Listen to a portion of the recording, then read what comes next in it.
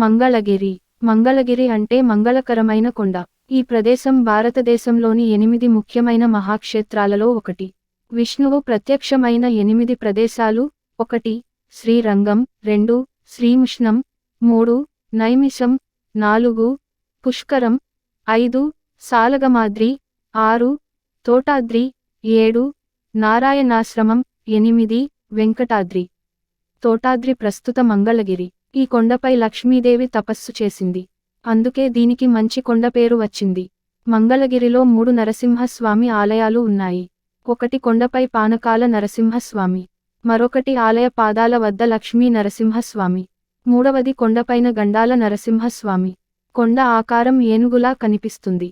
అన్ని దిశల నుండి కొండ ఏనుగు ఆకారంలో మాత్రమే కనిపిస్తుంది. పర్వతం ఎలా ఉనికిలోకి వచ్చిందనే దాని గురించి ఒక ఆసక్తికరమైన పురాణం ఉంది. ఒక పురాతన రాజకుమారుడు హ్రస్వశృంగి సాధారణ శరీర స్థితిని తిరిగి పొందడానికి అన్ని పవిత్ర మరియు పవిత్ర స్థలాలను సందర్శించాడు మరియు చివరకు ఈ పవిత్రమైన మంగళగిరిని సందర్శించి 3 సంవత్సరాలు తపస్సు చేశాడు. దేవతలందరూ మంగళగిరిలో ఉండి విష్ణువును స్తుతిస్తూ తపస్సు కొనసాగించమని సలహా ఇచ్చారు. హ్రస్వశృంగి తండ్రి తన కుమారుడిని తిరిగి తన రాజ్యానికి తీసుకెళ్లడానికి తన పరివారంతో వచ్చాడు. కానీ హ్రస్వశృంగి స్థానికంగా పానకాల లక్ష్మీ నరసింహస్వామిగా పిలువబడే విష్ణువు నివాసంగా మారడానికి ఏనుగు ఆకారాన్ని తీసుకుంది. కొండపై శ్రీ పానకాల లక్ష్మీ నరసింహస్వామి ఆలయానికి చేరుకోవడానికి ఏర్పాటు చేసిన మెట్లకు కుడివైపున విజయనగరానికి చెందిన శ్రీకృష్ణదేవరాయల రాతి శాసనం, మరికొంత ముందుకు మహాప్రభు చైతన్య పాదముద్రలు కనిపిస్తాయి. మెట్లపై మధ్యలో పానకాల లక్ష్మీ నరసింహస్వామి ఆలయం ఉంది. అక్కడ నోరు, విశాలంగా తెరిచిన ముఖం మాత్రమే ఉంది. కొండపై తనను తాను స్థాపించిన భగవంతుడు నరసింహ రూపంలో ఉన్నాడు. ఇది గొప్ప భక్తుడైన ప్రహ్లాదుని యొక్క రాక్షస తండ్రి అయిన హిరణ్యకశిపుని చంపడానికి విష్ణువు ఊహించాడు. ఆయనను సుదర్శన నరసింహస్వామి అని కూడా అంటారు. పురాణాల ప్రకారం నముచి ఒక రాక్షసుడు గొప్ప తపస్సు చేసి తడిగా లేదా పొడిగా ఉన్న దేనితోనైనా చంపబడనని బ్రహ్మ నుండి వరం పొందాడు.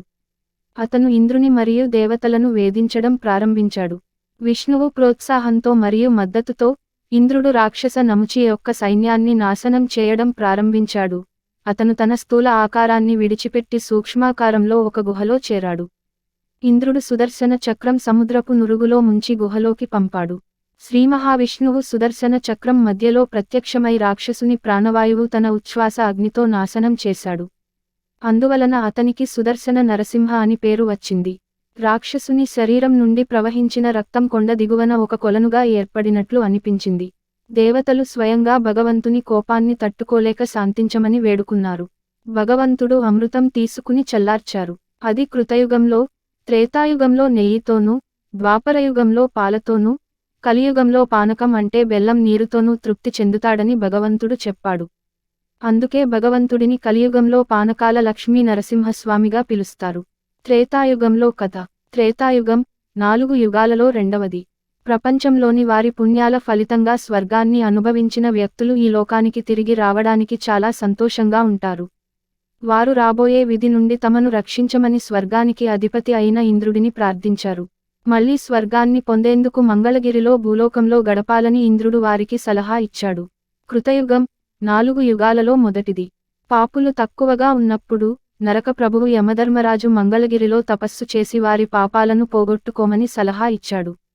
కృతయుగంలో అంజనాద్రి, త్రేతాయుగంలో తోటాద్రి, ద్వాపరయుగంలో మంగళాద్రి, ముక్త్యాద్రి, కలియుగంలో మంగళగిరి పాపులకు కూడా మోక్షాన్ని ప్రసాదించే మంగళగిరి విశ్వం ప్రారంభం నుండి ఉనికిలో ఉంది.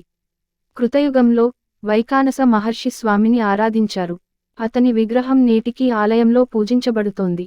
ఆ అవతారంలో తన కార్యాన్ని ముగించుకుని వైకుంఠానికి బయలుదేరిన శ్రీరాముడు, ఆంజనేయుడిని మంగళగిరిలో ఉండాలని మరియు అతని ఆశీర్వాదం పొందిన తర్వాత ఈ లోకంలో శాశ్వతంగా ఉండమని సలహా ఇచ్చాడని కూడా నమ్ముతారు. ఆంజనేయుడు క్షేత్రపాలకుడిగా మంగళగిరిలో తన ఆరాధ్యుడిని తీసుకున్నాడు. పానకాల నరసింహస్వామి పానకం తాగే దేవుడు. ఇక్కడ దేవుడు స్వయంభువు అని చెబుతారు. ఆలయంలో దేవుని విగ్రహం ఉండదు, కానీ నోరు మాత్రమే ఉంది. విస్తృతంగా 15 సెంటీమీటర్ల నోరు, ముఖం మెటల్తో కప్పబడి ఉంటుంది. దేవతలు రాత్రిపూట పూజలు చేస్తారనే నమ్మకంతో ఆలయాన్ని మధ్యాహ్నం వరకు మాత్రమే తెరుస్తారు. దేవుడు శంఖం ద్వారా బెల్లం నీటిని నైవేద్యంగా తీసుకుంటాడు.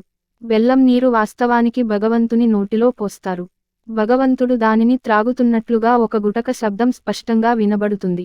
భగవంతుడు త్రాగుతున్నప్పుడు ఆ శబ్దం ఉధృతంగా మారుతుంది. కొంతసేపటి తర్వాత ఆ శబ్దం ఆగిపోయి బెల్లం నీళ్ల బ్యాలెన్స్ బయటకు విసిరివేయబడుతుంది. ఇది విశిష్టత రోజులో ఒకసారి జరగదు. భక్తులు పానకం సమర్పించిన ప్రతిసారి పునరావృతమయ్యే లక్షణం. ఇంత బెల్లం నీరు నైవేద్యంగా పెట్టినా భగవంతుడి దగ్గర కానీ గుడి చుట్టుపక్కల కానీ ఒక్క చీమ కూడా కనిపించకపోవడం విశేషం. స్వామికి పానకం సమర్పించడం విశిష్టమైనది కాబట్టి ఇక్కడి స్వామిని పానకాల నరసింహస్వామి అని పిలుస్తారు. పానకం స్వామికి సమర్పించడం గురించి ఒక పురాణం ఉంది. ఈ కొండ ఒకప్పుడు అగ్నిపర్వతంగా ఉండేదని చెబుతారు. చక్కెర లేదా బెల్లం నీరు అగ్నిపర్వతంలో కనిపించే సల్ఫర్ సమ్మేళనాలను తటస్థీకరిస్తుంది మరియు అగ్నిపర్వత విస్ఫోటనాన్ని నివారిస్తుంది. ఆలయం వెనుక శ్రీలక్ష్మి ఆలయం ఉంది. దీనికి పశ్చిమాన సహజమైన గుహ ఉంది. ఇది కృష్ణా నది ఒడ్డున ఉన్న ఉండవల్లి గుహలకు దారితీస్తుందని నమ్ముతారు. కొండ దిగువన పాండవులలో పెద్దవాడైన యుధిష్ఠిరుని కాలం నాటి మరో ఆలయం ఉంది.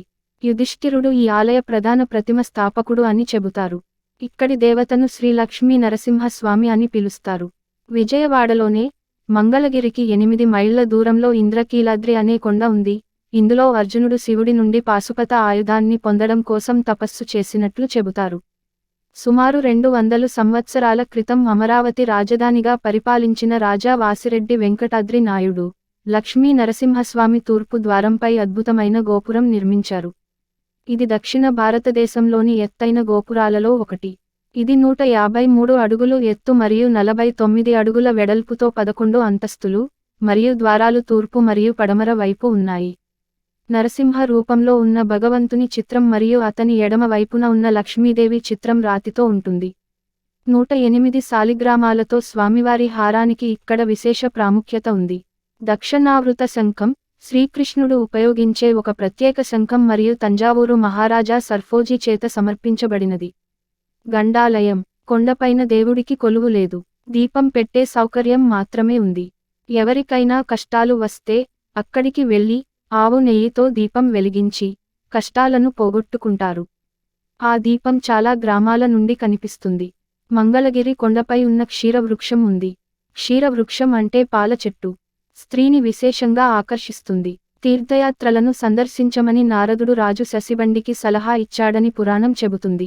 రాజు రాజ్యాన్ని మరియు అతని రాణిని విడిచిపెట్టి తీర్థయాత్రలను సందర్శించడం ప్రారంభించాడు. ఈ విషయానికి తెలుసుకున్న రాణి కోపోద్రిక్తుడై నారదుని కొండపై క్షీరవృక్షంగా మారమని శపించింది. ఇది చూడగానే స్త్రీలకు ఆస్తి, సంతానం మరియు అజ్ఞానంతో చేసిన పాపాలను కడిగేస్తుంది.